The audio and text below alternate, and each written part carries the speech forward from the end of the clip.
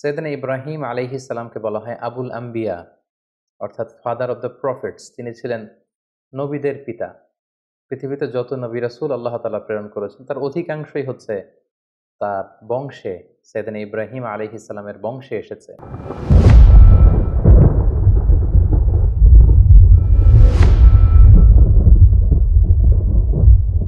আসসালামু আলাইকুম ওয়া রাহমাতুল্লাহি ওয়া বারাকাতুহু। নাহমাদুহু ওয়া নুসাল্লি আলা রাসূলিহিল কারীম। আম্মা বা'দু ফাআউযু বিল্লাহি মিনাশ শাইতানির রাজীম। বিসমিল্লাহির রহমানির রহিম। ইব্রাহিম আলাইহিস সালাম কোরআনে বর্ণিত ২৫ জন নবী এবং রাসূলদের মধ্য থেকে তিনি অন্যতম একজন নবী এবং রাসূল। তিনি ছিলেন উলুল আজমি মিনার রুসুল, অর্থাৎ যে ৫ জন নবীর ব্যাপারে আল্লাহ তাআলা বলেছেন যে তারা হচ্ছেন দৃঢ় প্রত্যয়ী রাসূল, তাদের মধ্য থেকে তিনি অন্যতম। আর তারা হচ্ছেন নূহ আলাইহিস সালাম, ইব্রাহিম আলাইহিস সালাম, মূসা আলাইহিস সালাম, ঈসা আলাইহিস সালাম এবং মুহাম্মদ রাসূলুল্লাহ সাল্লাল্লাহু আলাইহি ওয়াসাল্লাম। সৈয়দনা ইব্রাহিম আলাইহিস সালামকে বলা হয় আবুল আম্বিয়া, অর্থাৎ ফাদার অব দ্য প্রফেটস। তিনি ছিলেন নবীদের পিতা। পৃথিবীতে যত নবী রাসূল আল্লাহ তাআলা প্রেরণ করেছেন তার অধিকাংশই হচ্ছে তার বংশে, সৈয়দনা ইব্রাহিম আলাইহিস সালামের বংশে এসেছে, তারই বংশধর তারা। আল্লাহ তাআলা ইরশাদ করছেন, ওয়াজআলনা ফি যুররিয়্যাতিহিন নুবুওয়াতা ওয়াল কিতাব। আমি ইব্রাহিমের বংশে, তার বংশধরের মধ্য থেকে আমি অনেক নবী বানিয়েছি এবং তাদেরকে আমি কিতাব দিয়েছি। এবং এই পৃথিবীতে, বর্তমান পৃথিবীতে আসমানি ধর্ম বলতে আমরা যে ৩টি ধর্মকে বুঝে থাকি, অর্থাৎ জুডাইজম, ক্রিশ্চিয়ানিটি অ্যান্ড ইসলাম। ইহুদি ধর্ম, খ্রিস্ট ধর্ম এবং ইসলাম, যদিও এর মধ্য থেকে ২টি ধর্ম অলরেডি করাপ্টেড হয়ে গিয়েছে, ইসলাম অবিকৃত অবস্থায় আমাদের কাছে রয়েছে।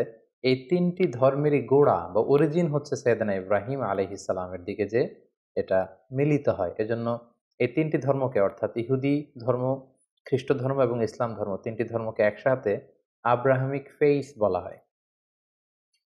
পাশাপাশি আল্লাহ তাআলা সৈয়দনা ইব্রাহিম আলাইহিস সালামকে মুসলিম জাতির পিতা বলে ঘোষণা করেছেন।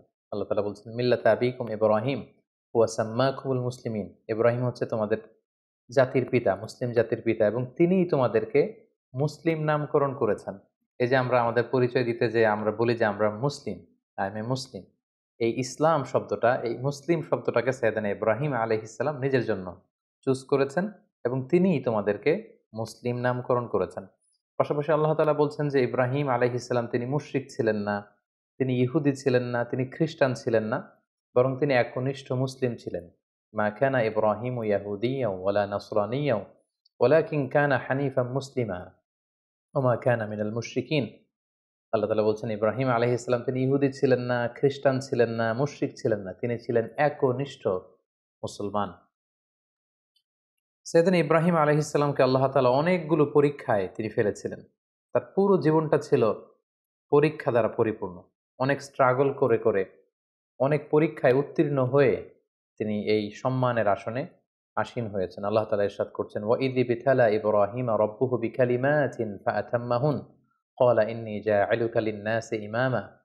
অর্থাৎ আল্লাহ তাআলা সাইয়েদনা ইব্রাহিম আলাইহিস সালামকে অনেকগুলো পরীক্ষা করেছিলেন, আর প্রতিটি পরীক্ষায়, প্রতিটি পদক্ষেপে তিনি সফলতার সাথে উত্তীর্ণ হয়েছেন। প্রতিটি পরীক্ষায় তিনি আল্লাহ তাআলাকে সন্তুষ্ট করতে সক্ষম হয়েছিলেন। সুবহানাল্লাহি ওয়া বিহামদিহি। এবং খুশি হয়ে আল্লাহ তাআলা বললেন যে ইন্নী জাইলুকা লিন-নাসি ইমামা, হে ইব্রাহিম, I am gonna make you the leader for the entire human being. আমি গোটা বিশ্বের মানবকুলের জন্য তোমাকে ইমাম বানাবো, লিডার বানাবো। You will be the leader for the entire human being. গোটা বিশ্ববাসীর জন্য আমি তোমাকে নেতা বানাবো। এবং তিনি ইব্রাহিম আলাইহিস সালামের উপর এত খুশি হয়েছিলেন যে সাইয়েদনা ইব্রাহিম আলাইহিস সালামকে আল্লাহ তাআলা খলিলুল্লাহ উপাধিতে তিনি ভূষিত করেছেন। আল্লাহ তাআলা ইরশাদ করছেন, ওয়াত্তাখাযাল্লাহু ইব্রাহিমা খলিলা। অর্থাৎ আল্লাহ তাআলা সাইয়েদনা ইব্রাহিম আলাইহিস সালামকে খলিল হিসেবে গ্রহণ করেছেন। খলিল মানে হচ্ছে very intimate friend, very close friend. আল্লাহ তাআলা সাইয়েদনা ইব্রাহিম আলাইহিস সালামকে খুব কাছের একজন বন্ধু হিসেবে, খলিলুল্লাহ হিসেবে তিনি ভূষিত করেছেন। পাশাপাশি আমাদের আল কুরআন আল কারীমে তিনি সাইয়েদনা ইব্রাহিম আলাইহিস সালামের নামে একটি স্বতন্ত্র সূরাই ডেডিকেট করেছেন। কালামুল্লাহ মাজিদের ১৪তম সূরা হচ্ছে সূরাতুল ইব্রাহিম। এখানেই শেষ নয়। সাইয়েদনা ইব্রাহিম আলাইহিস সালামের স্মরণকে মুমিন হৃদয়ে সদা জাগ্রত রাখবার জন্য আল্লাহ তাআলা বিশ্বাসীদের জন্য প্রত্যেক সালাতের শেষের দিকে, শেষ বৈঠকে সালাম ফেরানোর আগে একটা দুরূদ পড়াকে আমাদের জন্য আল্লাহ তাআলা অবধারিত করেছেন। এবং এই দুরূদটার নাম হচ্ছে দুরূদে ইব্রাহিম। আমরা সবসময় সালাতে শেষ বৈঠকে সালাম ফেরানোর আগে পড়ে থাকি আল্লাহুম্মা সাল্লি আলা মুহাম্মাদ ওয়া আলা আলি মুহাম্মাদ কামা সাল্লাইতা আলা ইব্রাহিম ওয়া আলা আলি ইব্রাহিম ইন্নাকা হামিদুম মাজিদ। অর্থাৎ হে আল্লাহ, আপনি সাইয়েদানা ইব্রাহিম আলাইহিস সালামের উপর এবং তার পুরো বংশধরদের উপর যেভাবে আপনি রহমত করেছেন, আমাদের প্রিয় নবী মুহাম্মদুর রাসূলুল্লাহ সাল্লাল্লাহু আলাইহি সাল্লামের উপর এবং তার বংশের উপর আপনি এভাবে রহমত এবং বরকত নাজিল করুন। তার মানে এই পৃথিবী যতদিন থাকবে, কিয়ামত অবধি বিশ্বাসীরা যতদিন সালাত আদায় করবে, প্রতিটি সালাতের শেষ বৈঠকে সাইয়েদানা ইব্রাহিমের নাম এভাবে উচ্চারিত হবে। সাইয়েদানা ইব্রাহিম আলাইহিস সালাম জন্মগ্রহণ করেছিলেন ইরাকের বাবেল নগরীতে। আমরা জানি যে ইরাকের একটি খুব প্রাচীন শহর আছে যেটাকে বাবেল শহর বলা হয়, এবং আমরা ব্যাবিলনের শূন্য উদ্যানের নাম শুনেছি, the hanging garden of Babylon. এই ব্যাবিলনকেই আরবিতে বাবেল বলা হয়। সাইয়েদানা ইব্রাহিম আলাইহিস সালাম ইরাকের বাবেল শহরে তিনি জন্মগ্রহণ করেন, এবং সেই শহরের তৎকালীন রাজা বা সম্রাটের নাম ছিল নমরুদ।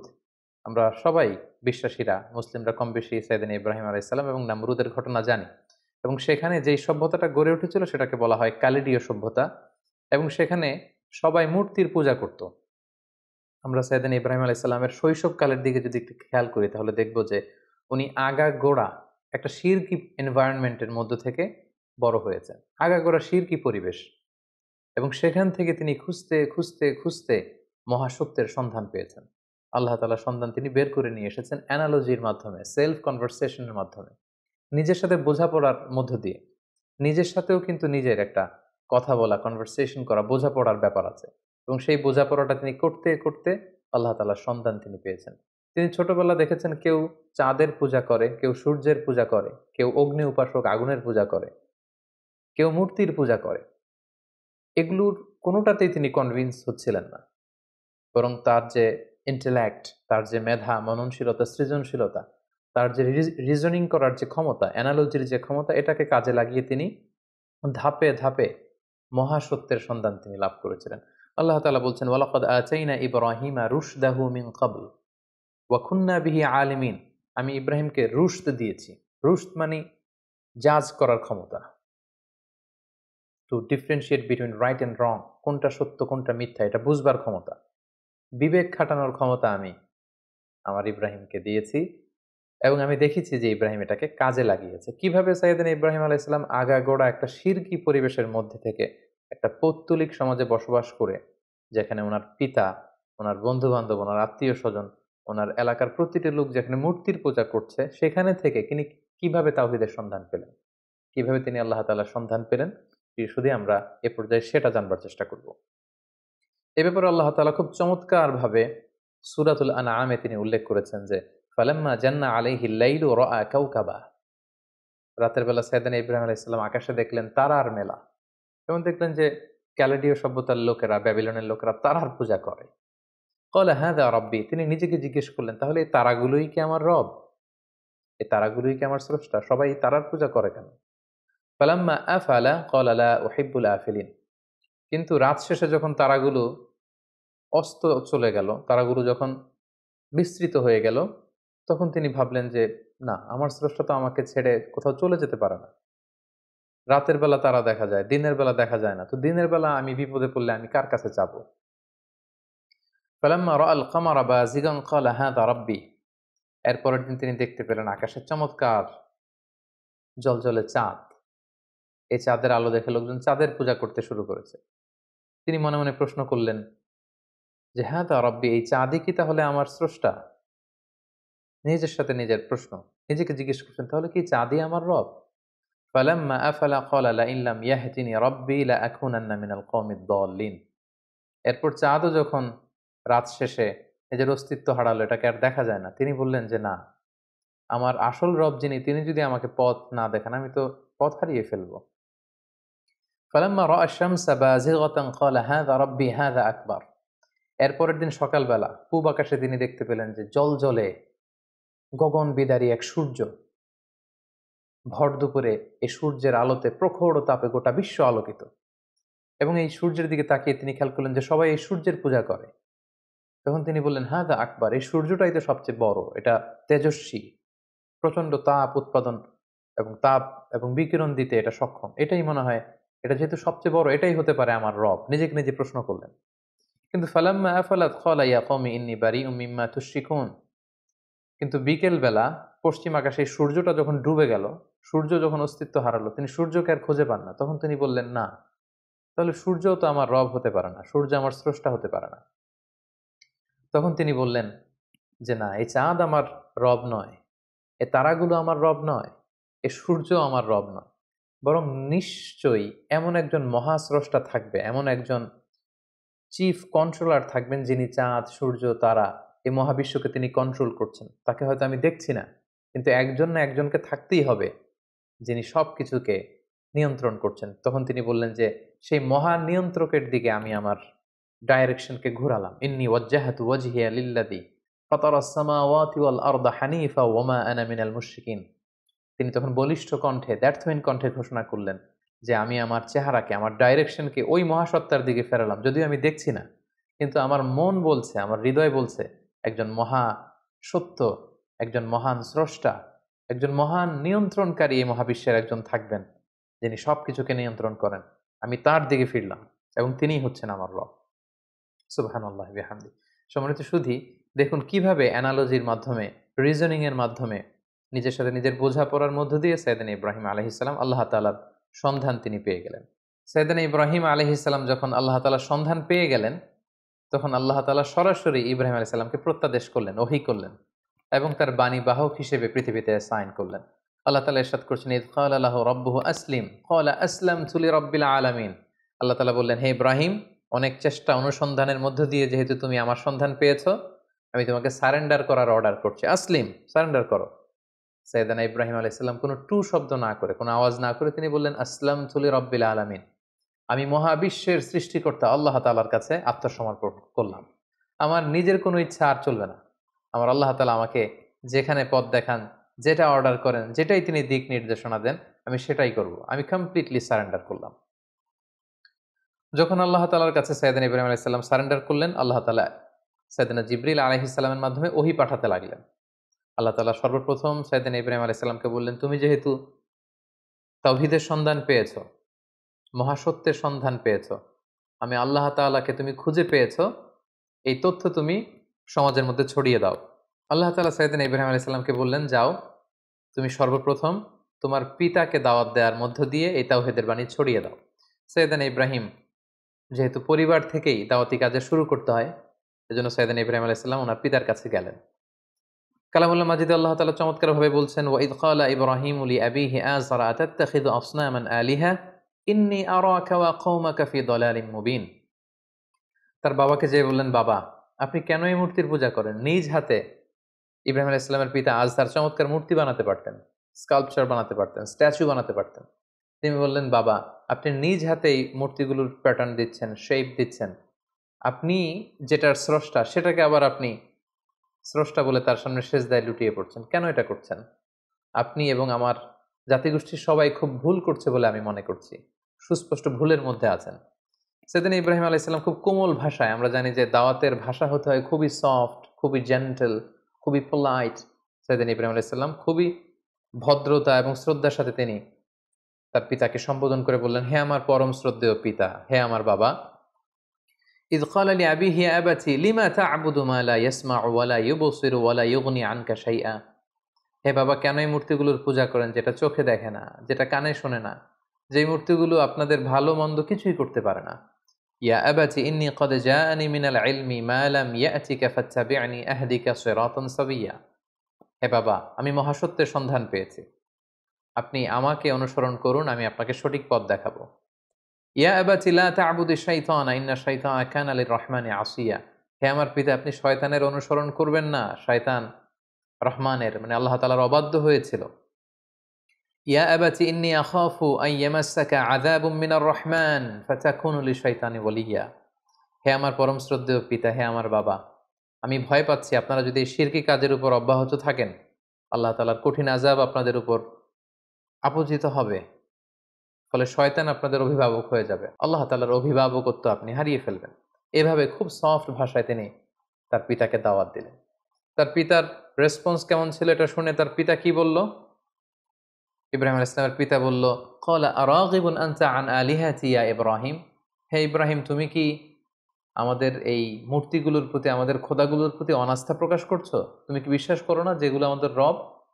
তিনি অবাক হলেন যে আমার ছেলে এইরকম রিয়েক্ট করছে কেন, এই ধরনের কথা বলছে কেন। সাইয়েদনা ইব্রাহিম আলাইহিস সালামের বাবা তখন বললেন, লা ইল্লাম তানতাহি লা আরজুমান্নাক। ইব্রাহিম, এই সমস্ত ফালতু কথা যদি তুমি বন্ধ না করো, আমি তোমাকে পাথর নিক্ষেপ করে হত্যা করব। ওয়াহজুরনি মালিয়া, আমাকে তুমি ছেড়ে দাও, আমার সাথে তোমার কোনো সম্পর্ক থাকবে না। সাইয়েদনা ইব্রাহিম আলাইহিস সালাম বললেন, ক্বালা সালামুন আলাইক, বাবা আপনার প্রতি আল্লাহর শান্তি। সাআস্তাগফিরু লাকা রাব্বি, আমি আপনার জন্য আল্লাহ তাআলার কাছে ক্ষমা প্রার্থনা করব। ইন্নাহু কানা বি হাফিয়া, তিনি অনেক মেহেরবান। এভাবে তিনি সর্বপ্রথম তার পিতাকে তাওহীদের দাওয়াত দিলেন।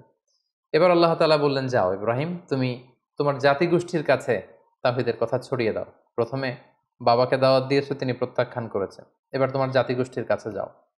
সম্মানিত, শুধু একটু খেয়াল করবেন যে কিভাবে নিজের জাতিগোষ্ঠীর কাছে তিনি যখন সত্য তুলে ধরলেন, কিভাবে তিনি তার যুক্তি এবং বুদ্ধিমত্তার প্রয়োগ তিনি করেছেন।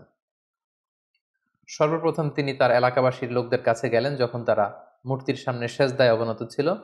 তিনি যেয়ে বললেন, মা হাদিহি তামাসিলুল্লাতি আনতুম লাহা আকিফুন, তিনি যেয়ে বললেন, কেন তোমরা মূর্তির সামনে এভাবে হাত জড়ো করে দাঁড়িয়ে থাকো কেন? ক্বালু ওয়াজাদনা আবাআনা লাহা আবিদিন, উত্তরে এলাকাবাসী বলল, আমাদের বাবা, দাদা, চাচা, আমাদের সিনিয়ররা, আমাদের পূর্বপুরুষরা এরকম করতো, ফলে আমরাও করি। বাপ দাদাদেরকে দেখতাম মূর্তির সামনে এভাবে চায়, আমরা শিখেছি, তো আমরাও এমনটা চাই। সাইয়েদনা ইব্রাহিম আলাইহিস সালাম স্পষ্ট ভাষায় বললেন, ক্বালা লাকাদ কুনতুম আনতুম ওয়া আবাউকুম ফি দালালিন মুবিন, it's completely wrong, absolutely wrong. What you doing, it's absolutely wrong. তোমরা ভুলের মধ্যে আছো, তোমরাও ভুল করেছো, তোমাদের পূর্বপুরুষও ভুল করেছে। এটা ছিল দাওয়াত দেওয়ার প্রথম ধাপ। তারপর কোনো এক রাষ্ট্রীয় উৎসবের দিন, ফেস্টিভ্যালের দিন, সবাই মিলে শহরের বাইরে উৎসব করতে যাবে। সবাই বলল, ইব্রাহিম চলো, আজকে আমাদের যে সেলিব্রেশন হবে, বিগ সেলিব্রেশন, আমরা সবাই শহরের বাইরে যেয়ে এই উৎসবে, এই ফেস্টিভ্যালে অংশগ্রহণ করব। বা নাযারা নাযরাতান ফিন নুজুম, সাইয়েদনা ইব্রাহিম আলাইহিস সালাম আকাশের দিকে তাকালেন। ফাকালা ইন্নী সাকিম, তিনি বললেন, না আমি যেতে পারবো না, আমি অসুস্থ। ফাতাওয়াল্লাউ আনহু মুদবিরিন, তারা চলে গেল। শহরে আর কেউ নেই, সবাই চলে গেল সেই বিগ সেলিব্রেশনে অংশগ্রহণ করবার জন্য, কিন্তু সাইয়েদনা ইব্রাহিম আলাইহিস সালাম গেলেন না। তিনি বললেন, আমি অসুস্থ। আসলে তিনি অসুস্থ ছিলেন না। তাহলে তিনি কেন বললেন যে আমি অসুস্থ? অর্থাৎ উনি মানসিকভাবে খুব বিপর্যস্ত ছিলেন। আমরা জানি যে আমাদের অসুস্থতা দুই ধরনের, একটা শারীরিক অসুস্থতা আর একটা মানসিক অসুস্থতা। একজন নবী যিনি তাওহীদে বিশ্বাসী, তিনি দেখতে পাচ্ছেন তার চারিপাশে শুধু শিরকি কার্যকলাপ। এগুলো দেখে একজন নবী মানসিকভাবে সুস্থ থাকতে পারেন না। তাই তিনি বলেছিলেন যে আমি অসুস্থ। ওয়াতাল্লাহি লা আকিদান্না আসনামাকুম বা'দা আন তুওয়াল্লু মুদবিরিন, তারা যখন ইব্রাহিম আলাইহিস সালামকে ফেলে অনুষ্ঠানে চলে গেল, তখন তিনি মনে মনে বললেন, যাও, তোমরা যাওয়ার পরে আজকে তোমাদের এই মূর্তিগুলোর ব্যাপারে আমি একটা প্ল্যান করেছি এবং সেটা করব। যেমনটি প্ল্যান করেছেন ঠিক তেমনটি কাজ। ফারাগা ইলা আলিহাতিহিম ফাকালা আলা তাকুলুন, সবাই যখন অনুষ্ঠানে চলে গেল, তিনি একা একা মন্দিরে ঢুকলেন। শহরের সবচেয়ে বড় মন্দিরের ভেতরে ঢুকে তিনি দেখলেন যে মূর্তিগুলো দাঁড়িয়ে আছে। আমরা এখনো বিভিন্ন জায়গায় যখন মূর্তিগুলোকে যেভাবে দেখি, তিনি সেভাবেই দেখলেন যে একাধিক হাত, বিভিন্ন অঙ্গভঙ্গিতে, নারীর মূর্তি, পুরুষের মূর্তি, বিভিন্ন প্রাণীর মূর্তি, এবং তিনি দেখতে পেলেন মূর্তিগুলোর সামনে নানা ধরনের মুখরোচক মিষ্টান্ন খাবার দাবার দেয়া। তিনি প্রতিটা মূর্তির সামনে যেয়ে বললেন, আলা তাকুলুন, তোমাদের সামনে এই যে তোমাদের ভক্তরা যে খাবার দিয়ে গেল, তোমরা কি এগুলো খাবে না? এত এত খাবার খাচ্ছ না কেন? খাচ্ছ না কেন? বারবার প্রশ্ন করতে লাগলেন, খাচ্ছ না কেন? মা লাকুম তানতিকুন। তো ওনার প্রশ্নের উত্তরে কোনো মূর্তি থেকে তো কোনো আনসার আসে না। তো তখন উনি বললেন, তাহলে কথা বলো, কেন খাচ্ছ না?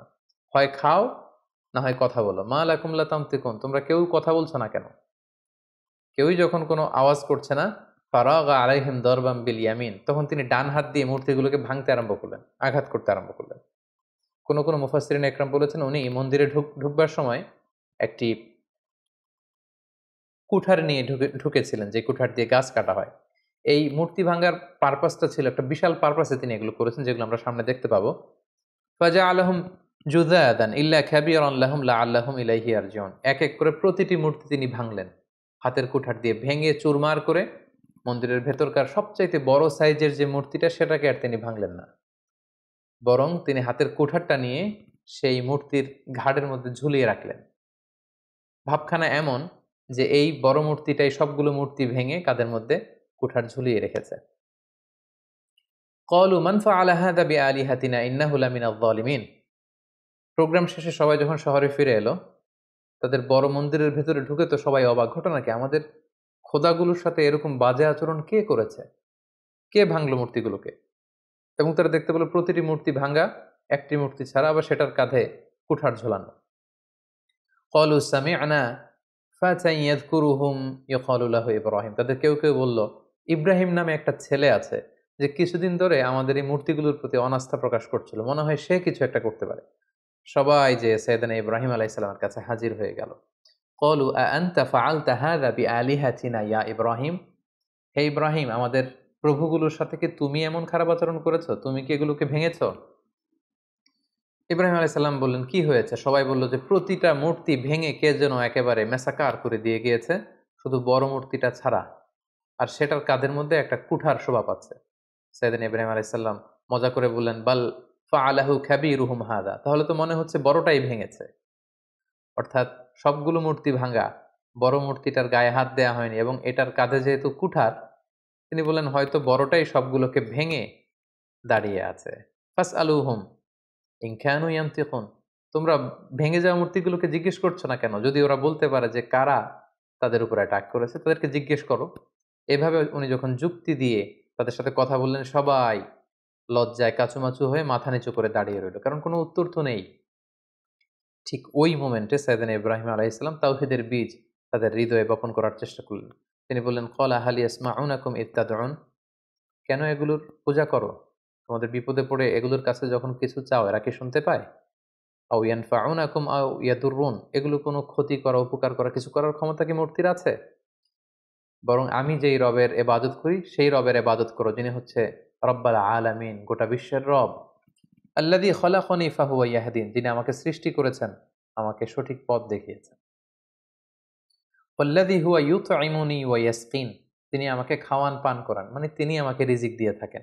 ওয়া ইযা মারিদতু ফাহুয়া ইয়াশফিন। আমি যখন অসুস্থ হয়ে যাই, তিনি আমাকে হিলিং করেন, তিনি আমাকে রেমেডি দেন, তিনি আমাকে সুস্থ করে দেন, শিফা করে দেন। ওয়াল্লাযী ইউমীতুনি সুম্মা ইউহয়িন। তিনি হচ্ছেন এমন সত্তা যিনি মৃত্যু দেন আবার জীবন দেন। আল্লাহ তাআলার চমৎকার পরিচয় অল্প কটা বাক্যে তিনি সবার সামনে পৌঁছে দিলেন। এই ঘটনাটি যখন ঘটল তখন পুরো বাবেল শহরে এলাকা জুড়ে কানা ঘোষা গুঞ্জন, সবাই বলাবলি করতে আরম্ভ করলো, ইব্রাহিম তো ধর্ম ত্যাগ করেছে, সে নাস্তিক এবং মুরতাদ হয়ে গিয়েছে। এবং এই কানা ঘোষা এবং গুঞ্জরণ ছড়াতে ছড়াতে ঘটনাটি নমরুদ পর্যন্ত যেয়ে পৌঁছল। এবং সেই বাবেল নগরীর শাসক, যিনি গোটা বিশ্বকে কন্ট্রোল করতেন, নিয়ন্ত্রণ করতেন, নমরুদ, তার রাজপ্রাসাদে আল্লাহর খালিল সাইয়েদনা ইব্রাহিম আলাইহিস সালামকে ডেকে পাঠালেন। তিনি জিজ্ঞেস করলেন, ইব্রাহিম, তুমি নাকি আলাদা এক রবের ইবাদত করো, কে তোমার রব? সাইয়েদনা ইব্রাহিম আলাইহিস সালাম বললেন, রব্বি আল্লাযী ইউহয়ী ওয়া ইউমীত। আমার রব হচ্ছেন তিনি, যিনি জীবন দেন আবার মৃত্যু দেন। ক্বালা আনা উহয়ী ওয়া উমীত।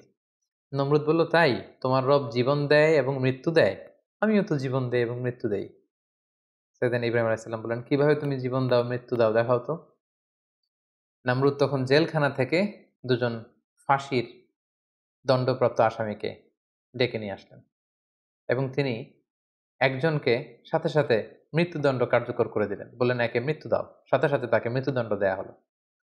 আরেকজনকে মৃত্যুদণ্ড দিতে যেয়ে তিনি বললেন, থেমে যাও, তাকে ছেড়ে দাও, তাকে ছেড়ে দেয়া হলো, বাঁচিয়ে দেয়া হলো। নমরুদ বলল, ইব্রাহিম, এই তো দেখো, দুজনের প্রথম জনকে আমি মৃত্যু দিলাম, দ্বিতীয় জনকে আমি জীবন দিলাম। তুমি বলেছো তোমার রব জীবন দেয় এবং মৃত্যু দেয়, আমিও তো জীবন দেই এবং মৃত্যু দেই। সাইয়েদনা ইব্রাহিম আলাইহিস সালাম তখন বললেন, ফাইন্নাল্লাহা ইয়াতি বিশ-শামসি মিনাল মাশরিকি ফাতি বিহা মিনাল মাগরিব ফাবুহিতাল্লাযী কাফার। সাইয়েদনা ইব্রাহিম আলাইহিস সালাম বললেন, তাই তুমিও জীবন দাও, তুমিও মৃত্যু দাও?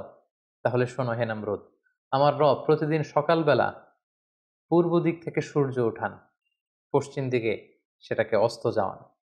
তুমি যদি সত্যিকার অর্থে রব হয়ে থাকো, তাহলে সকালবেলার সূর্যটা তুমি পূর্ব দিক থেকে না উঠিয়ে পশ্চিম দিক থেকে উঠাও। তুমি যদি করতে পারো, তাহলে পূর্ব দিক থেকে আগামীকাল সূর্যটা না উঠিয়ে সেটাকে পশ্চিম দিক থেকে উঠাও। ফাবুহিতাল্লাযী কাফার। এটা কখনোই নমরুদের পক্ষে সম্ভব না। সে লাজবাব হয়ে গেল, সে একেবারে চুপ হয়ে গেল, সে জায়গার মধ্যে একেবারে থেমে গেল। সুবহানাল্লাহি বিহামদি। কতটা প্রত্যুৎপন্নমতিতা নিয়ে, উপস্থিত বুদ্ধি নিয়ে এক একজন নবীকে আল্লাহ তাআলা দাওয়াতি কাজে পাঠিয়েছেন। নমরুদ যখন সাইয়েদনা ইব্রাহিম আলাইহিস সালামের সাথে তর্কে বা ডিবেটে বা কনভারসেশনে হেরে গেল, তখন সে বলল, বিশাল অগ্নিকাণ্ড তৈরি করো। ক্বালু ইবনু লাহু বুনিয়ানান ফাআলকুহু ফিল জাহিম, বিশাল প্রাচীর নির্মাণ করো, এখানে গাছের গুড়ি দিয়ে লাকড়ি দিয়ে আগুন জ্বালাও এবং এ আগুনে ইব্রাহিমকে নিক্ষেপ করো। ক্বালু হাররিকুহু ওয়ানসুরু আলিহাতাকুম ইন কুনতুম ফাইলিন, বিশাল একটা প্রাচীর নির্মাণ করা হলো। ব্যাবিলন শহরের বড় বড় গাছ কেটে, ডাল কেটে, লাকড়ি এনে, গাছের গুড়ি এনে সেখানে স্তূপ করা হলো, আগুন জ্বালানো হলো। দাউ দাউ করে জ্বলছে সে আগুন। ওই আগুনের কাছে যাওয়া সম্ভব নয়, ফলে সাইয়েদনা ইব্রাহিমকে অনেক দূর থেকে সেখানে থ্রো করা হবে। অনেক লোক এই দৃশ্য দেখতে এসেছে। সাইয়েদনা ইব্রাহিম আলাইহিসসালামকে যখন সেই জ্বলন্ত অগ্নিকাণ্ডে থ্রো করা হলো, অবাক করা একটা কাণ্ড সেখানে ঘটল। আল্লাহ তাআলা বললেন, কুলনা ইয়া নারু কুনি বারদাও ওয়া সালামান আলা ইব্রাহিম। আল্লাহ তাআলা আগুনকে অর্ডার করলেন, হে আগুন, তুমি আমার ইব্রাহিমের জন্য সুশীতল হয়ে যাও। কুনি বারদান, ঠান্ডা হয়ে যাও। ওয়া সালামান আলা ইব্রাহিম, ইব্রাহিমের জন্য তুমি শান্তিপূর্ণ কোমল একটা জায়গা হয়ে যাও। মুহূর্তের মধ্যে সাইয়েদনা ইব্রাহিম আলাইহিস সালামকে যখন ওখানে ফেলা হলো, সাইয়েদনা ইব্রাহিম আলাইহিস সালামের গা ঝলসে যাওয়া তো দূরের কথা, দেহের কোনো অঙ্গ প্রত্যঙ্গ জ্বলে যাওয়া তো দূরের কথা, ওনার গায়ের একটি পশমও পড়েনি। আল্লাহ তাআলা মিরাকুলাসলি, অলৌকিকভাবে বিশাল এই অগ্নিকুণ্ডটাকে আল্লাহ তাআলার খলিল সাইয়েদনা ইব্রাহিম আলাইহিস সালামের জন্য ফুল বাগান বানিয়ে দিলেন, ফুলের বাগিচা বানিয়ে দিলেন। সাইয়েদনা ইব্রাহিম আলাইহিস সালামের এই ঘটনার পরে অনেক মুফাসসিরিন একরাম বলেন যে আল্লাহ তাআলা মশা পাঠিয়ে নমরুদের মৃত্যু কার্যকর করেছিলেন। তিনি মশা বাহিনী পাঠান, কোনো একটি মশা নমরুদের নাকের ভেতর দিয়ে ঢুকে মস্তিষ্কে কামড়াতে শুরু করে এবং সে যন্ত্রণায় অতিষ্ঠ হয়ে নিজেই নিজের মাথায় পেটাতে শুরু করে এবং হাতুড়ি দিয়ে নিজের মাথায় নিজে পেটাতে পেটাতে এভাবেই তার মৃত্যু ঘটে। তাফসিরে তবারিতে এই ঘটনাটি এসেছে এবং অনেক ইসরায়েলি বর্ণনাতে এসেছে এবং এটা হতে পারে আল্লাহ তাআলা জালিমদের সাথে ঠিক এভাবেই আচরণ করে থাকেন। নমরুদের বিশাল সে অগ্নিকাণ্ড থেকে মুক্তি লাভের পর আল্লাহ তাআলার আদেশে সাইয়েদনা ইব্রাহিম আলাইহিস সালাম ইরাক থেকে প্যালেস্টাইনে তিনি হিজরত করলেন। ওনার সাথে ছিল ওনার স্ত্রী সারা এবং ওনার ভাতিজা লূত আলাইহিস সালাম, এবং তিনি সিরিয়ার কানাআন এলাকাতে থাকতে শুরু করলেন। বর্তমানে সে এলাকাটিকে আল খালিল, মাদিনাতুল খালিল বা হেব্রন শহর নামে এলাকাটি পরিচিত। আল্লাহ তাআলা বলছেন, ফাআমানা লাহু লূত, পুরো বাবেলের জাতিগোষ্ঠীর মধ্যে শুধু লূত ওনার ভাতিজা তিনিই কেবল ঈমান এনেছিলেন সাইয়েদনা ইব্রাহিম আলাইহিস সালামের উপর। ওয়াকালা ইন্নী মুহাজিরুন ইলা রাব্বি, সাইয়েদনা ইব্রাহিম আলাইহিস সালাম বলেন, আমি এলাকাতে আর থাকবো না, বরং আমি হিজরত করব আল্লাহ তাআলার সন্তুষ্টির জন্য। তিনি চলে গেলেন প্যালেস্টাইনে। সাইয়েদনা ইব্রাহিম আলাইহিস সালাম, লূত আলাইহিস সালাম এবং তার স্ত্রী সারাকে নিয়ে ওই এলাকাতে বসবাস শুরু করলেন। ইন দ্য মিন টাইম লূত আলাইহিস সালামকে নবুয়ত দিয়ে আল্লাহ তাআলা জর্ডানের সাদুম এলাকাতে পাঠিয়ে দিলেন। তিনি আর তার স্ত্রী সারা প্যালেস্টাইনে বসবাস করতে শুরু করলেন।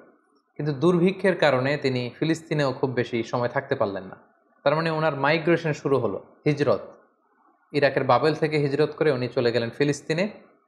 এবার ফিলিস্তিনে যেহেতু দুর্ভিক্ষ, সেখানে যেহেতু খাদ্যের অভাব, তিনি খাদ্য সংগ্রহের জন্য ওনার স্ত্রী সারাকে নিয়ে মিশরে চলে গেলেন। সেখানে একটি চমৎকার ঘটনা ঘটেছে যেটি সহিহ বুখারীতে এসেছে। মিশরের তৎকালীন বাদশাহ ছিল খুবই নারী লোলুপ একজন মদ্যপ শাসক। কোনো সুন্দরী নারীকে পেলেই তার সম্ভ্রম হানির জন্য সে বাদশাহ চেষ্টা করত। আর সে নারীর সাথে যদি ওই নারীর স্বামীকে পাওয়া যেত, স্বামীকে হত্যা করত, আর যদি ভাই বা বাবা থাকতো, ভাই বা বাবাকে ছেড়ে দিত। তো সে রাজার রক্ষীরা সাইয়েদনা ইব্রাহিম আলাইহিস সালামের পথ আটকালেন, জিজ্ঞেস করলেন, সাথে কে? সাইয়েদনা ইব্রাহিম আলাইহিস সালাম বললেন, হাযিহি উখতি, এটা আমার বোন। তো সারা জিজ্ঞেস করলো, আমি তো আপনার বোন না। বোন বললেন যে, সাইয়েদনা ইব্রাহিম আলাইহিস সালাম বললেন, এই ভূখণ্ডে আমি আর তুমি ছাড়া কেউ বিশ্বাসী নেই। মুমিন বা বিশ্বাসী বলতে আমি আর তুমি এই দুজন, আর বিশ্বাসীরা একে অপরের ভাই ভাই বা ভাই বোন, সেই হিসাবে আমি তোমাকে বোন বলে পরিচয় দিয়েছি। সাইয়েদনা ইব্রাহিম আলাইহিস সালাম যখন তার স্ত্রী সারাকে বোন বলে পরিচয় দিল, তখন বাদশার রক্ষীরা সাইয়েদনা ইব্রাহিম আলাইহিস সালামের কাছ থেকে সারাকে ছিনিয়ে নিয়ে বাদশার কাছ পর্যন্ত পৌঁছে দিল। এবং সারা তখন দুরাকাত নামাজ পড়ে অজু করে দুরাকাত সালাত আদায় করে আল্লাহ তাআলার কাছে দোয়া করলেন, হে আল্লাহ, আমি আপনার উপর ঈমান এনেছি, আপনার রাসূলের উপর বিশ্বাস করেছি, আপনি আমার সতীত্ব, আপনি আমার ইজ্জতকে হেফাজত করবেন। তো সারাকে তখন পেয়ে সেই নারী লুলুপ বাদশাহ সে যখন সারার দিকে অগ্রসর হচ্ছিল, আল্লাহ তাআলা এই দোয়ার বরকতে ওই বাদশাকে প্যারালাইজড করে দিলেন। তার হাত পা অবশ হয়ে গেল, সে মাটিতে দুমড়ে মুচড়ে পড়ল। তখন সে বাদশাহ সারাকে বলতে আরম্ভ করলো যে, হে সারা, তুমি আল্লাহর কাছে দোয়া করো, আল্লাহ যেন এই প্যারালাইজ থেকে, এই পক্ষাঘাত থেকে আমাকে তিনি বাঁচান। তোমার দোয়াতে আমি যদি বেঁচে যাই, তোমাকে তোমার স্বামীকে ছেড়ে দেব। সারা তিনি দোয়া করলেন, আল্লাহ তাআলা এই বাদশাকে সুস্থ করে দিলেন। কিন্তু বাদশাহ সুস্থ হয়ে আবারও সারার প্রতি আকৃষ্ট হয়ে আবার তার দিকে উদ্ধত্ত হলো, আবারও আল্লাহ তাআলা তাকে প্যারালাইজড করে দিলেন। সে আবার কাচুমাচু শুরু করলো, বলল, সারা তুমি দোয়া করো, তা না হলে আমি বাঁচবো না। সারা দোয়া করলেন, সে বেঁচে গেল, আবার উদ্ধত হলো। এভাবে 3 বার সেই মদ্যপ নারী লুলুপ সেই বাদশাহ, মিশরের সেই সম্রাট, তিনবার সাইয়্যিদাতুনা সারার সম্ভ্রমহানির চেষ্টা করেও যখন ব্যর্থ হলো, তখন তার পাইক পেয়াদাদেরকে সে ডেকে বলল, কাকে নিয়ে এসেছো আমার সামনে? এটা তো একটা ডাইনি, এটা একটা জাদুকরনি, একে ছেড়ে দাও, একে এর স্বামীকেও ছেড়ে দাও, আর আমার এলাকা থেকে হাজার নামে একজন দাসীকে গিফট হিসেবে দিয়ে দাও। তাড়াতাড়ি আমার ভূখণ্ড থেকে এদেরকে এক্সিট করে দাও। এরা যতদিন আমাদের এলাকায় থাকবে আমি খুব ভীতির মধ্যে থাকবো। সহিহ বুখারীতে খুব চমৎকারভাবে এই ঘটনাটি এসেছে। সাইয়্যিদাতুনা সারার দোয়ার বরকতে আল্লাহ তাআলা এই বিপদ থেকে তাকে মুক্ত করেছেন, এবং মিশরীয় একজন দাসী এই বাদশাহ সাইয়েদনা ইব্রাহিম এবং সারার সাথে করে গিফট হিসেবে পাঠিয়েছেন। সাইয়েদনা ইব্রাহিম আলাইহিস সালাম সারাকে নিয়ে এবং মিশরীয় সেই দাসীকে নিয়ে চলে আসলেন আবার ফিলিস্তিনে খাদ্য সংগ্রহ করে। ঠিক এই মুহূর্তটাতে, এই সময়টাতে সাইয়েদনা ইব্রাহিম আলাইহিস সালামের বয়স ৮০-ও বেশি, কিন্তু তখনও পর্যন্ত সারার গর্ভে কোনো সন্তান আসেনি। তখন সারা বাধ্য হয়ে এই যে দাসী, এই দাসীকে, এই হাজারকে, যাকে আমরা বিবি হাজেরা বলে চিনি, এই হাজেরাকে সাইয়েদনা ইব্রাহিম আলাইহিস সালামের জন্য উৎসর্গ করলেন, এবং সাইয়েদনা ইব্রাহিম আলাইহিস সালাম তাকে কনকিউবাইন, যেটাকে আরবিতে মিলকুল ইয়ামিন বলে, দাসী হিসেবে গ্রহণ করলেন, যেটা ইসলামে সেমি ওয়াইফের একটা স্ট্যাটাসে থাকে, অর্থাৎ স্ত্রীর চেয়ে কিছুটা নিম্ন পর্যায়ের একটি মর্যাদা নিয়ে স্বামীর সাথে থাকা। সেই সময়কালে এটা বৈধ ছিল। তিনি সাইয়েদনা ইব্রাহিমের সাথে স্বামী স্ত্রীর সম্পর্কে তারা থাকতে শুরু করলেন, এবং সাইয়েদনা ইব্রাহিম আলাইহিস সালাম এবং হাজেরার কোলকে আলোকিত করে এক ফুটফুটে নবজাতক সন্তানের আগমন ঘটল, এবং সেটাই হচ্ছে সাইয়েদনা ইসমাঈল আলাইহিস সালাম জাবিহুল্লাহ। দাসীর গর্ভে যখন সন্তান চলে আসলো ইসমাঈল আলাইহিস সালাম, সাইয়েদনা ইব্রাহিম আলাইহিস সালাম হাজেরাকে বেশি ভালোবাসতে শুরু করলেন, সন্তানকে সময় দিতে শুরু করলেন। এটা বিবি সারার ইগুতে যেয়ে লাগলো, তিনি এটাকে পছন্দ করলেন না। তিনি সাইয়েদনা ইব্রাহিম আলাইহিস সালামকে বললেন, আপনি আপনার সন্তান এবং এই হাজেরাকে দূরে কোথায় রেখে আসুন, আমাদের সাথে এরা থাকতে পারবে না। এবং আল্লাহ তাআলাও একই আদেশ করলেন। সাইয়েদনা ইব্রাহিমের আলাইহিস সালামের উপর যে বড় বড় কয়েকটি পরীক্ষা ছিল, এটি ছিল অন্যতম একটি পরীক্ষা। কারণ সাইয়েদনা ইসমাঈল আলাইহিস সালাম যখন জন্মগ্রহণ করেন, তখন সাইয়েদনা ইব্রাহিম আলাইহিস সালামের বয়স ছিল ৮৬ বছর। ৮৬ বছর বয়সে যখন একজন বাবা নতুন ফুটফুটে নবজাতক সন্তানকে দেখতে পান, ঠিক ওই মুহূর্তটাতে নিজের সন্তানকে আল্লাহ তাআলা বললেন যে, আপনি মরুভূমিতে রেখে আসুন, হাজেরাকে এবং ইসমাইলকে মরুভূমিতে রেখে আসুন। এটা আসলেই অত্যন্ত বড় ধরনের একটি পরীক্ষা ছিল সাইয়েদনা ইব্রাহিম আলাইহিস সালামের জীবনে, এবং সাইয়েদনা ইব্রাহিম আলাইহিস সালাম তাই করলেন। আল্লাহ তাআলা লোকেশন ঠিক করে দিলেন যে ফিলিস্তিন থেকে প্রায় ১২০০ কিলোমিটার দূরে মক্কার মরুভূমিতে তাদেরকে রেখে আসতে হবে। বিশাল আবার এক লম্বা সফরের জন্য তিনি রওনা হলেন। সাইয়েদনা ইব্রাহিম আলাইহিস সালাম হাজেরাকে নিয়ে, দুধের শিশু ইসমাইল আলাইহিস সালামকে নিয়ে মক্কার মরুজমিনে তিনি রেখে আসলেন। হাজেরা এই সিদ্ধান্ত দেখে তিনি অবাক হলেন। দুধের বাচ্চা এবং হাজেরাকে সামান্য কিছু খেজুর আর একটা মশকে কিছু পানি দিয়ে তিনি মরুভূমিতে মক্কার মাঝখানে রেখে চলে আসছেন। বিবি হাজেরা পেছন থেকে ডাকতে শুরু করলেন, হে ইব্রাহিম, কিন্তু সাইয়েদনা ইব্রাহিম আলাইহিস সালাম কোনো কথা বলছেন না। বিবি হাজেরা বারবার ডাকলেন এবং এক পর্যায়ে বললেন যে, ইব্রাহিম, অন্তত এতটুকু বলে যান যে আপনি যে এই মরুভূমিতে আমাদেরকে সামান্য খেজুর আর পানি দিয়ে আপনার দুধের শিশুকে আর আমাকে রেখে চলে যাচ্ছেন, এটা কি আপনার ইচ্ছায় নাকি আল্লাহ তাআলার ইচ্ছায়? সাইয়েদনা ইব্রাহিম আলাইহিস সালাম বললেন, এটা আল্লাহ তাআলার ইচ্ছায়।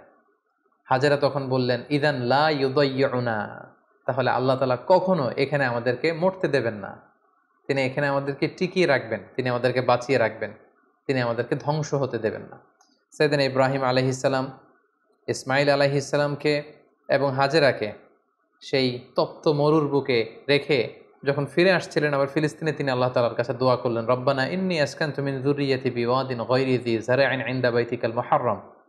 হে আল্লাহ, আপনার পবিত্র ঘরের পাশে এ ব্যারেন অ্যান্ড আনফার্টাইল ল্যান্ড, একটা অনুর্বর এলাকাতে যেখানে গাছ নেই, পানি নেই, মানুষ নেই, জনমানব শূন্য একটা এলাকাতে আমার কলিজার টুকরা সন্তান ইসমাইলকে আর হাজেরাকে আমি রেখে গেলাম। রব্বানা লিয়ুকিমুস সালাতা ফাজআল আফইদাতাম মিনান নাসি তাহওয়ি ইলাইহিম। হে আল্লাহ, তারা যেন সালাত কায়েমকারী হয় এবং গোটা বিশ্বের মানুষ যেন তাদের প্রতি ঝুঁকে পড়ে। ওয়ারযুকহুম মিনাস সামারাতি লাআল্লাহুম ইয়াশকুরুন, আর তাদেরকে আপনি ফলমূল দিয়ে রিজিকের ব্যবস্থা করে দেবেন।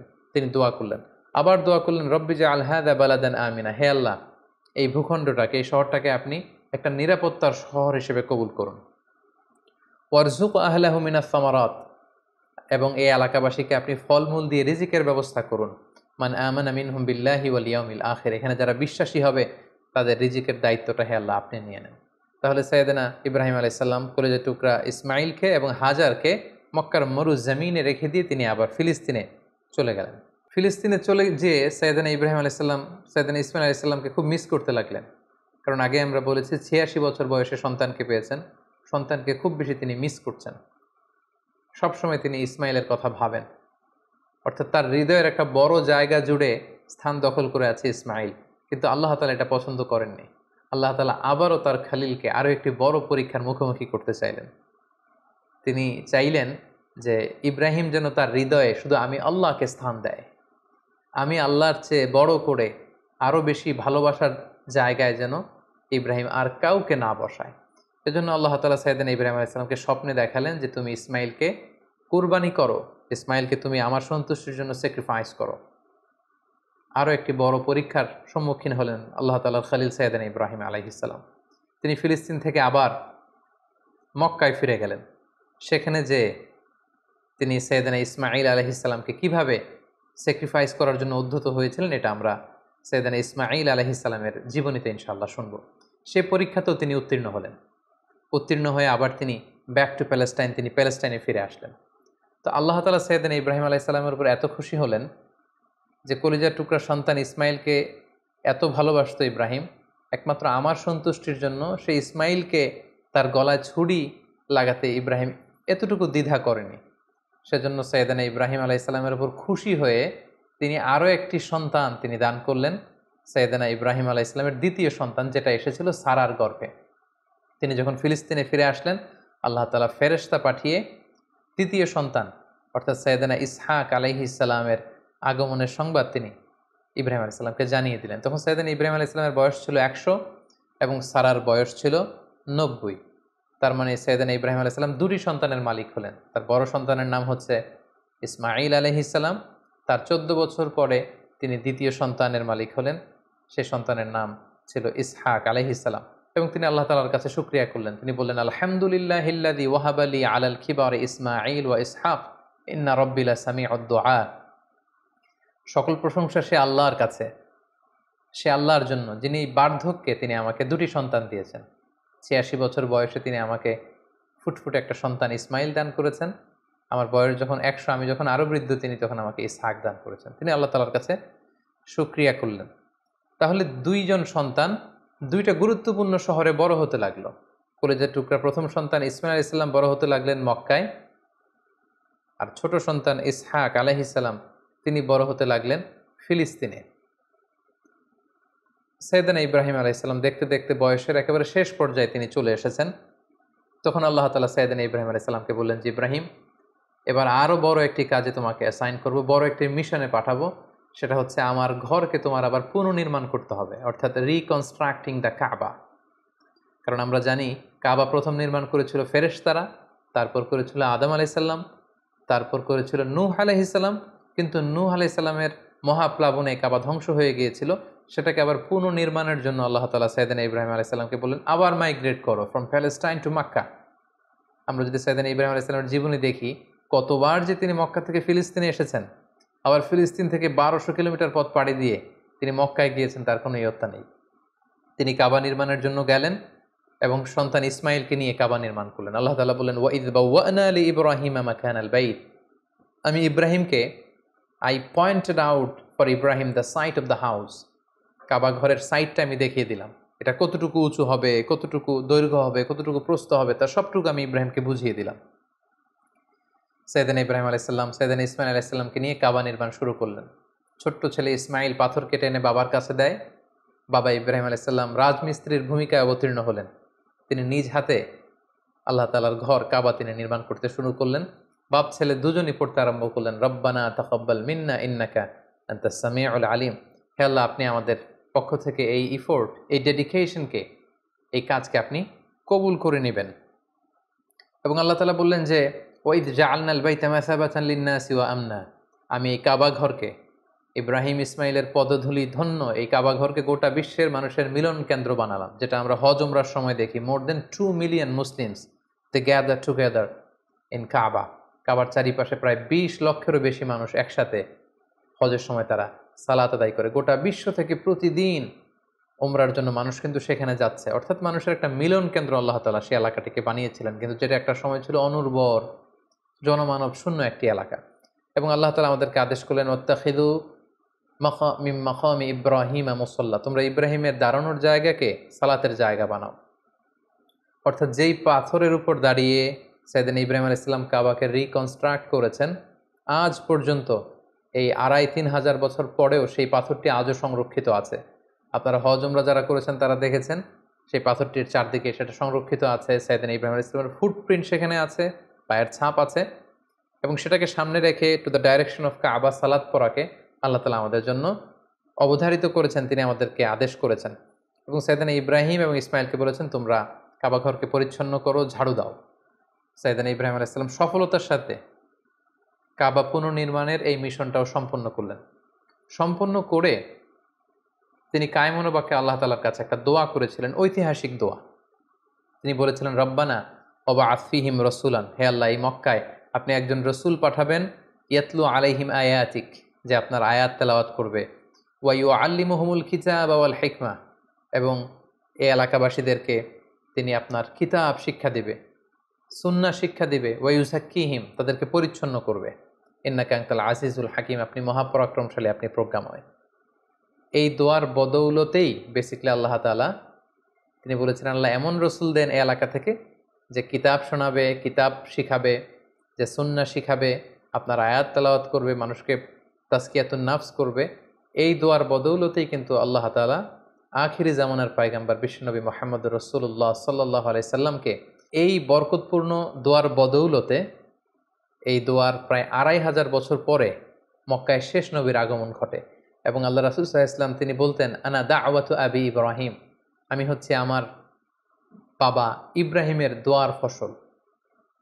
ওনার দোয়ার বদৌলতেই আল্লাহ তাআলা আমাকে এই পৃথিবীতে শেষ নবী করে পাঠিয়েছেন। একেবারে শেষ পর্যায়ে আল্লাহ তাআলা ইব্রাহিমকে বললেন যে, ইব্রাহিম, তুমি মক্কা ছেড়ে যাওয়ার আগে মক্কাতে একটি ঘোষণা দাও, ঐতিহাসিক ঘোষণা, বিগ অ্যানাউন্সমেন্ট। সেটা কিসের ঘোষণা? সেটা হচ্ছে হজের ঘোষণা। কিভাবে হজ শুরু হলো, তুমি হজের ঘোষণা দাও। সাইয়েদনা ইব্রাহিম আলাইহিস সালাম বললেন, আল্লাহ, এখানে কোনো মানুষ নেই, কোনো জনপদ নেই, কেউ নেই, আমি কার কাছে হজের ঘোষণা দেব? আল্লাহ তাআলা বললেন, তুমি শুধু ঘোষণাটা দাও, গোটা বিশ্বের মানুষের কানে এই ঘোষণা পৌঁছে দেওয়ার দায়িত্ব আমি আল্লাহ নিজে নিয়ে নিলাম। সুবহানাল্লাহি ওয়া বিহামদিহি। আল্লাহ তাআলা বলছেন, ওয়াআযযিন ফিন-নাসি বিল হজ্জ ইয়াতুকা রিজালা ওয়া আলা কুল্লি দামিরি ইয়াতিনা মিন কুল্লি ফাজ্জিন আমিক। ইব্রাহিম, তুমি ঘোষণা দাও, তোমার এই ঘোষণার বদৌলতে দেখবে আগামী বছর থেকে গোটা বিশ্ব থেকে মানুষ আসতে শুরু করবে। এবং সাইয়েদনা ইব্রাহিম আলাইহিস সালাম সাফা পাহাড়ের উপরে উঠলেন, কোনো বর্ণনায় জাবালে আবু কুবাইসের উপরে উঠলেন, উঠে ঘোষণা দিলেন, আইয়ুহান নাস ইন্না রাব্বাকুম ক্বাদ ইত্তাখাযা বাইতান ফাহাজ্জু, হে গোটা বিশ্বের মানুষ, আল্লাহ তাআলা একটি পবিত্র ঘর নির্মাণ করেছেন আমার মাধ্যমে, তোমরা এই ঘরে হজ পালনের জন্য আসো। তাফসিরে এসেছে যে এই ঘোষণাটা আল্লাহ তাআলা গোটা বিশ্বের সবার কানে তখন পৌঁছে দিয়েছেন।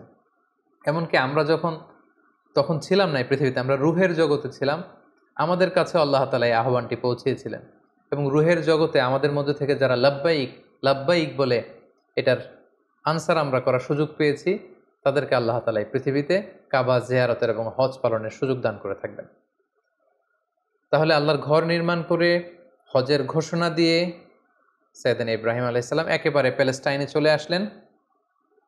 এবং একদিন আল্লাহ তাআলাকে তিনি শখ করে বললেন, আল্লাহ, আপনি তো মৃতকে জীবিত করতে পারেন, আমার বড্ড জানতে ইচ্ছে করে যে আপনি কিভাবে এটা করেন। ইদ ক্বালা ইব্রাহিম রব্বি আরিনি কাইফা তুহইল মাউতা, হে আল্লাহ আপনি মৃতকে কিভাবে জীবিত করেন। আল্লাহ তাআলা বললেন আওয়ালাম তুমিন, ইব্রাহিম তোমার কি বিশ্বাস হয় না যে আমি মৃতকে জীবিত করতে পারি? সাইয়েদনা ইব্রাহিম আলাইহিস সালাম বললেন ক্বালা বালা ওয়ালাকিন লিয়াতমাইন্না কলবি, সাইয়েদনা ইব্রাহিম আলাইহিস সালাম বললেন হ্যাঁ অবশ্যই বিশ্বাস করি, কিন্তু আমার হৃদয়টা প্রশান্ত হবে। শুনে এসেছি আপনি মৃতকে জীবিত করেন, কিন্তু কিভাবে করেন? আমি যদি চাক্ষুষ সরাসরি লাইভ যদি দেখতে পারি যে আপনি কিভাবে মৃতকে জীবিত করেন, আমি বড্ড আনন্দ পাবো। আল্লাহ তাআলা বললেন তাই, আচ্ছা ঠিক আছে, তুমি তো আমার খালিল, তোমার এই আবেদনকে আমি নাকচ করবো না, আমি ফিরিয়ে দিব না। ক্বালা ফাখুয আরবাআতাম মিনাত তায়র ফাসুরহুন্না ইলাইকা সুম্মা জাআল আলা কুল্লি জাবালিন মিনহুন্না জুজআন সুম্মা দুউহুন্না ইয়াতিনাকা সাইয়া। আল্লাহ বলেন ঠিক আছে, তাহলে 4টা পাখি নাও, পাখি 4টাকে জবাই করে টুকরা টুকরা করো, পাখির গোশতগুলোকে ওই যে দূরে পাহাড় দেখা যায়, পাহাড়ের বিভিন্ন জায়গায় ছড়িয়ে দিয়ে আসো, ছড়িয়ে দিয়ে পাহাড়ের এপাশে এসে এখান থেকে পাখিগুলোকে ডাক দাও। আল্লাহ তাআলা বললেন ইয়াতিনাকা সাইয়া, তুমি ডাক দেওয়ার সাথে সাথে ওই কর্তৃত পাখির গোশতের টুকরাগুলো অটোমেটিক্যালি একটার সাথে আরেকটা লেগে তোমার কাছে জীবিত হয়ে ফিরে আসবে। সেদিন ইব্রাহিম আলাইহিস সালাম তাই করলেন, 4টি পাখি জবাই করলেন, গোশতগুলো টুকরো টুকরো করে কাটলেন, টুকরোগুলো পাহাড়ের পেছনে ছিটিয়ে দিয়ে এপাশে আসলেন। আল্লাহর নামে পাখিগুলোকে তিনি আবার ডাক দিলেন, কিন্তু ডাক দিতে দেরি, মুহূর্তের মধ্যে সেই কর্তৃত অংশগুলো জোড়া লেগে আবার উড়ে উড়ে দৌড়ে দৌড়ে সাইয়েদনা ইব্রাহিম আলাইহিস সালামের কাছে পাখিগুলো ফিরে আসতে আর দেরি হয়নি। সুবহানাল্লাহি বিহামদি। এভাবে আল্লাহ তাআলার সাথে একটা চমৎকার সম্পর্কের মধ্য দিয়ে, সফরময় একটি জীবনের মধ্য দিয়ে একের পর এক অগ্নি পরীক্ষা দিয়ে দিয়ে সাইয়েদনা ইব্রাহিম আলাইহিস সালাম এই পৃথিবীতে তিনি আল্লাহ তাআলার সন্তুষ্টি অর্জন করেছেন। সাইয়েদনা ইব্রাহিম আলাইহিস সালামের শেষ জীবনটা কাটে ফিলিস্তিনে, এবং ফিলিস্তিনের মদিনাতুল খলিল হেব্রন শহরে তিনি ইন্তেকাল করেন, এবং সেখানেই সাইয়েদনা ইব্রাহিম আলাইহিস সালামকে কবর দেয়া হয়েছে, এবং এখনও পর্যন্ত সেটাকে মদিনাতুল খলিল বা খলিল সিটি হিসেবে পরিচিত, এবং এখনও সাইয়েদনা ইব্রাহিম আলাইহিস সালামের কবরটি চিহ্নিত রয়েছে। মুসলিমদের কাছেও এটি পবিত্র জায়গা, বিশেষ করে ইসরায়েলের যে ইহুদিরা, তাদের কাছেও এই জায়গাটি অত্যন্ত পবিত্র। সম্মানিত সুধী, আমরা এ পর্যায়ে সাইয়েদনা ইব্রাহিম আলাইহিস সালামের বর্ণাঢ্য জীবনী থেকে কিছু লাইফ লেসন বের করে নিয়ে আসবার চেষ্টা করব। সাইয়েদনা ইব্রাহিম আলাইহিস সালামের জীবনী থেকে আমরা যে কয়টি লাইফ লেসন পাই, তার প্রথমটি হচ্ছে সাইয়েদনা ইব্রাহিম আলাইহিস সালাম কিন্তু আমাদের মতো করে জন্মসূত্রে ইসলাম পাননি। ইসলামকে পেতে, আল্লাহ তাআলার পরিচয় খুঁজে বের করতে ওনার অনেক কষ্ট করতে হয়েছে। পুরো সমাজের বিরুদ্ধে ওনার দাঁড়াতে হয়েছে, পুরো সমাজের বিরুদ্ধে জেহাদ ঘোষণা করতে হয়েছে, এবং ওনার রেশনাল, ওনার যুক্তি, এগুলোর আলোকে ডিবেট করে করে তিনি তাওহীদের বাণী কিন্তু প্রচার করেছেন। আমরা যেমনি বাই বর্ন মুসলিম, আমরা জন্মগ্রহণের পরে আমাদের কানে আজান দেয়া হয়, আমাদের জন্য আকিকা দেয়া হয়, ইসলামিক নাম রাখা হয়, আমাদেরকে কোরআন শেখানো হয়, আমাদেরকে মসজিদে নিয়ে যাওয়া হয়। সাইয়েদনা ইব্রাহিম আলাইহিস সালাম এটার কোনোটাই পাননি। আগাগোড়া শিরকি পরিবেশে জন্ম নিয়েও গোটা সমাজের বিরুদ্ধে একা দাঁড়িয়ে তিনি তাওহীদের বাণী প্রচার করেছেন। এজন্য উনি একা হলে আল্লাহ তাআলা ওনাকে একটা জাতির সাথে তুলনা করেছেন। ওনাকে আল্লাহ তাআলা নাম দিয়েছেন উম্মাহ, তিনি একাই একটা জাতি। দ্বিতীয় যে লাইফ লেসনটি আমরা পাই সেটি হচ্ছে শিরকের বিরুদ্ধে শক্ত অবস্থান। আমরা জানি যে আল্লাহ তাআলা ইরশাদ করছেন ইন্নাল্লাহা লা ইয়াগফিরু আন ইউশরাকা বিহি ওয়া ইয়াগফিরু মা দুনা যালিকা লিমান ইয়াশা। আল্লাহ তাআলা সব গুনাহ ক্ষমা করলেও শিরকের গুনাহ কিন্তু তিনি ক্ষমা করবেন না। তাই সম্মানিত দিনী ভাই এবং বোনেরা, আমাদেরকে শিরকের ব্যাপারে খুব সাবধান থাকতে হবে। আল্লাহ রাসূল সাল্লাল্লাহু আলাইহি ওয়াসাল্লাম বলেছেন, পিঁপড়া যেমনি গুটি গুটি পায়ে হাঁটতে থাকে, টের পাওয়া যায় না, তেমনি শিরকও গুটি গুটি পায়ে এমনভাবে আমাদের দেহের ভেতরে ঢুকে আমাদের ইমানকে ড্যামেজ করে দিবে, আমাদের চিন্তা চেতনায় ঢুকে এমনভাবে আমাদের ইমানকে নষ্ট করে দিবে, আমরা টেরও পাবো না। তাই শিরকের বিরুদ্ধে সবসময় আমাদেরকে হার্ড লাইনে থাকতে হবে। কিছু কিছু ব্যাপারে সফট লাইনে থেকে কাজ করা যায়, কিন্তু শিরকের ব্যাপারে কখনো সফট লাইনে কাজ করা যায় না। এজন্য সাইয়েদনা ইব্রাহিম আলাইহিস সালামের জীবনী থেকে এটাও আমরা দেখতে পাই যে শিরকের বিরুদ্ধে তিনি হার্ড লাইনে ছিলেন। ওনার পিতাকে সরাসরি বলেছেন যে আপনি ভুল করছেন আমার শ্রদ্ধেয় পিতা। এলাকাবাসীদেরকে তিনি বুঝিয়েছেন যে তোমরা কার কাছে যাচ্ছ, যেটা দেখতে পায় না, যেটা শুনতে পায় না, যেটা ভালো মন্দ কিছু করতে পারে না, তাদের কাছে কেন তোমরা চাচ্ছ? এভাবে তিনি শিরকের বিরুদ্ধে লড়াই করেছেন। 3 নাম্বার যে শিক্ষাটি আমরা পাই সেটা হচ্ছে ওনার ফ্যামিলিটা ছিল খুব বরকতের একটা family, A family of faith. আপনি যদি খেয়াল করেন যে কেমন বাবা, কেমন স্ত্রী, কেমন সন্তান। সাইয়েদনা ইব্রাহিম আলাইহিস সালামকে যখন আল্লাহ বললেন আসলিম, ক্বালা আসলামতু লিরাব্বিল আলামিন, আল্লাহ বললেন সারেন্ডার করো, কথা ছাড়া ইব্রাহিম আলাইহিস সালাম বললেন সারেন্ডার করলাম। মানে আল্লাহর ইচ্ছার উপরে, আল্লাহর অর্ডারের উপরে কোনো কথা নেই। আমরা যদি হাজারের দিকে তাকাই তাহলে দেখব মরুভূমিতে কেউ নেই, মানুষ নেই, পানি নেই, এরকম একটা মরুভূমিতে সাইয়েদনা ইব্রাহিম আলাইহিস সালাম রেখে আসলেন। আমরা যদি আমাদের স্ত্রীদের সাথে কল্পনা করি যে আমরা কি কখনো এমনটি করতে পারবো, আমরা কি এত চমৎকার উত্তর আমাদের স্ত্রীদের কাছ থেকে পাবো? সাইয়েদনা ইব্রাহিম আলাইহিস সালামের তিনি যখন বললেন যে আল্লাহর আদেশে তোমাদেরকে রেখে যাচ্ছে, তিনি একটি কথা বললেন, ইযান লা ইউদাইয়ুনা, তাহলে আমাদের কোনো ভয় নেই। ইমানের কত পাওয়ার, কত মজবুত ছিল তাদের ইমান, কত চমৎকার ছিল তার স্টেটমেন্ট যে আল্লাহ যদি আদেশ করে থাকে আল্লাহ আমাদের দেখভাল করবেন, আমার ভয় নেই। ছোট্ট ছেলে ইসমাইলের দিকে যদি আমরা তাকাই, ইব্রাহিম আলাইহিস সালাম যখন বললেন যে বাবা আমি স্বপ্নে দেখছি যে আমি তোমাকে স্যাক্রিফাইস করছি, এটা আল্লাহর আদেশ, কি বলো তুমি? ছোট্ট ছেলে ইসমাইল বললেন, ইফা আল মা তুমার, বাবা আপনি যেমনটি আদিষ্ট হয়েছেন তেমনটি করুন, আমার কোনো কথা নেই, আল্লাহ যেমনটা চায় আমার চাওয়া ঠিক তেমন। তাহলে বাবা হিসেবে কতটা তিনি অনুগত ছিলেন আল্লাহ তাআলার, মা হিসেবে বা স্ত্রী হিসেবে তার ইমানের মজবুতি আমরা দেখতে পেলাম। ছোট্ট সন্তান ইসমাইলের কত চমৎকার উত্তর। তার মানে পুরো ফ্যামিলিটা ছিল ফ্যামিলি অফ ফেইথ। আমরা যেন এরকম একটা ফ্যামিলি গঠন করতে পারি, এই চেষ্টাটুকু আমাদের করতে হবে। এবং দাওয়াতি কাজ করার সবচেয়ে উর্বর জায়গা কিন্তু ফ্যামিলি। পরিবারে আপনি বেশি দাওয়াতি কাজ করতে পারবেন, বাইরে হয়তো আপনি বাধার সম্মুখীন হবেন, অনেক ধরনের সমস্যার সম্মুখীন হবেন, কিন্তু পরিবারে আপনি আপনি হচ্ছেন you are the owner, you are the leader, you are the controller, আপনার কথাই আপনার পরিবারে চলবে। সো চার দেয়ালের এই আবদ্ধ জায়গায়, আপনার ঘরে, আপনার ড্রয়িং রুমে, আপনার বেডরুমে, আপনার এই ছোট্ট স্পেসটিতে কিন্তু আপনি আল্লাহ তাআলার সব বিধানগুলো পালন করতে পারবেন। তাই পরিবার হচ্ছে দাওয়াতি কাজের সবচাইতে উর্বর জায়গা। ৪ নাম্বার যে শিক্ষাটুকু পাই সেটা হচ্ছে আমাদেরকে কম্পিটেন্ট সাকসেসর রেখে যেতে হবে। আমাদের ভালো কাজের ধারাবাহিকতার জন্য এমন উত্তরাধিকার, এমন সন্তান আমাদেরকে গড়তে হবে যাতে করে আমি যে ভালো কাজ করলাম এটার ধারাবাহিকতা আমার সন্তানদের মাধ্যমে অব্যাহত থাকে। যেটা আমরা দেখেছি সাইয়েদনা ইব্রাহিম আলাইহিস সালাম তাওহীদের আলো বিলিয়েছেন, ওনার পরেই এই কাজের ধারাবাহিকতা থমকে যায়নি, বরং ওনার ছেলে ইসমাইল আলাইহিস সালাম মক্কায় সে কাজ করেছেন, ছোট ছেলে ইসহাক করেছেন প্যালেস্টাইনে। সর্বশেষে যে শিক্ষাটি আমরা পাই সেটি হচ্ছে আমাদের জীবনে অনেক দুঃখ কষ্ট, অনেক চ্যালেঞ্জ, অনেক হার্ডশিপ এগুলো আসে। এই দুঃখ কষ্ট স্ট্রাগল এগুলো কিন্তু আমাদের ক্ষতির জন্য আসে না, এগুলো আমাদের পায়ের নিচের মাটিকে আল্লাহ তাআলা মাঝে মাঝে আরো মজবুত করার জন্য এগুলো পাঠান। সাইয়েদনা ইব্রাহিম আলাইহিস সালামের জীবনের সংগ্রাম, পরিশ্রম, পদে পদে পরীক্ষার মুখোমুখি হয়েছেন, সফরময় জীবন, এগুলোতে কি তিনি লুজার হয়েছেন, কিছু হারিয়েছেন? না, বরং আল্লাহ তাআলা বলেছেন ইন্নী জাইলুকা লিন-নাসি ইমামা, I am gonna make you the leader. গোটা বিশ্বের তিনি নেতা হয়েছেন, নবীদের পিতা হয়েছেন, আল্লাহ তাআলার প্রিয় ভাজন হয়েছেন। তাই জীবনের দুঃখ কষ্ট স্ট্রাগল এগুলো আল্লাহ তাআলা সবসময় আমাদের ক্ষতির জন্য পাঠান না, তিনি পাঠান যাতে করে আমরা তার প্রতি আরো আস্থা রাখি, আমরা পরীক্ষায় উত্তীর্ণ হয়ে যেন আরো বেশি মর্যাদাশীল, আল্লাহ তাআলার কাছে আরো বেশি সম্মানিত হতে পারি। আল্লাহ তাআলা আমাদের সবাইকে কথাগুলো বুঝার এবং নবীদের দেখানো পথে আমাদের জীবনকে পরিচালিত করবার তৌফিক দান করুক। হাদা মা ইনদি ওয়াল ইলমু ইনদাল্লাহ, আলাইহি তাওয়াক্কালতু ওয়া ইলাইহি উনীব। ওয়াসসালামু আলাইকুম ওয়া রাহমাতুল্লাহি ওয়া বারাকাতুহু।